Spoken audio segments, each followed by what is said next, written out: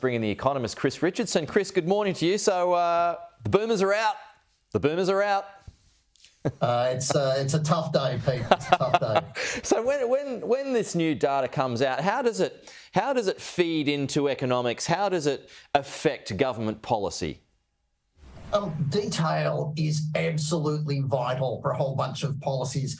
Napoleon used to say that armies march on their stomach. Well, if you're going to figure out the right thing to do, now that's true for governments, it's true for businesses. You need to know what's going on.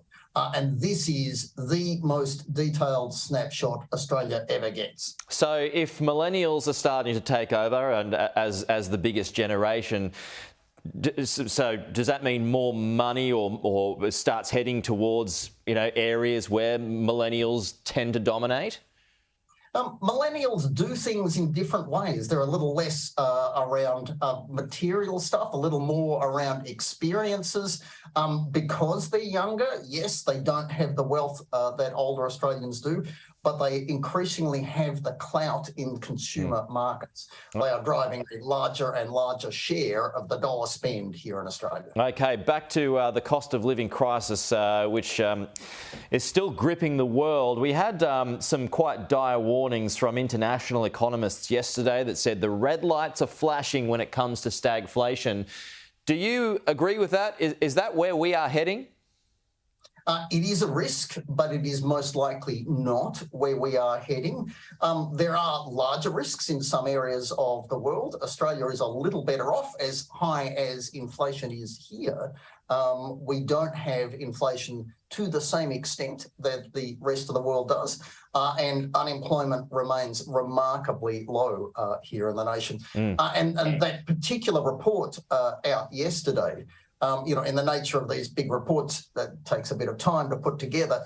The latest data starting to indicate that maybe some things are getting a little better on the inflation front. Things like oil prices now starting to track down a little. Also true among some food prices. Well, I mean, looking at the share markets too, we've had a couple of bumper days recovering plenty of lost territory. When you look at that, are you starting to think that maybe a floor has been reached, Chris? Look, it could be brave to talk about a floor, but the basic equation is simple, but it's unusual. Basically, the worse off that economies look, the better off that markets look. That's what we're seeing around the world at the moment. Yes, Australia share markets up 3% in the last week, almost 2% of that yesterday. And the reason, basically, as central banks raise interest rates around the world, they are starting to have an impact on economies, including on inflation. Markets like that, and so they're going up in response. When do you expect that to happen here? When do you start to see the brakes or effects of those brakes being applied? The real catch-22, and true, again, around the world, not just here in Australia, is that higher interest rates aren't necessarily a great way to solve some of the inflation problem that we have. Yes, it helps on some things, but higher interest rates in Australia or around the world don't solve a war in Europe. They don't end the impact of the pandemic, particularly in China.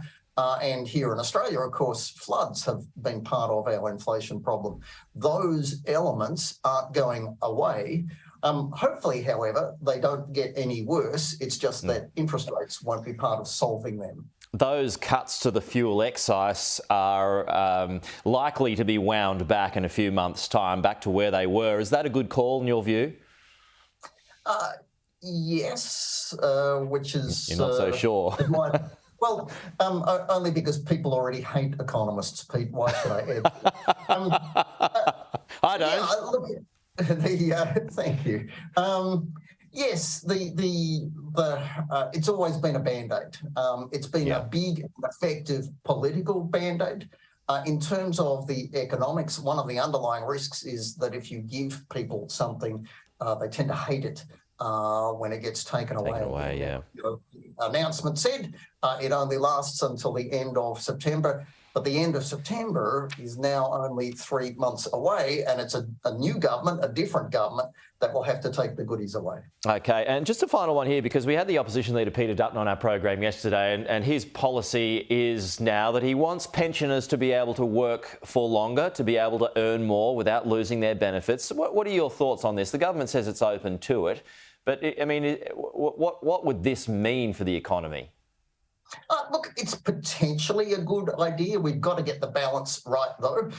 In essence, they're looking for tax breaks, I'll call it, the ability to work longer as a pensioner without losing too much of your pension.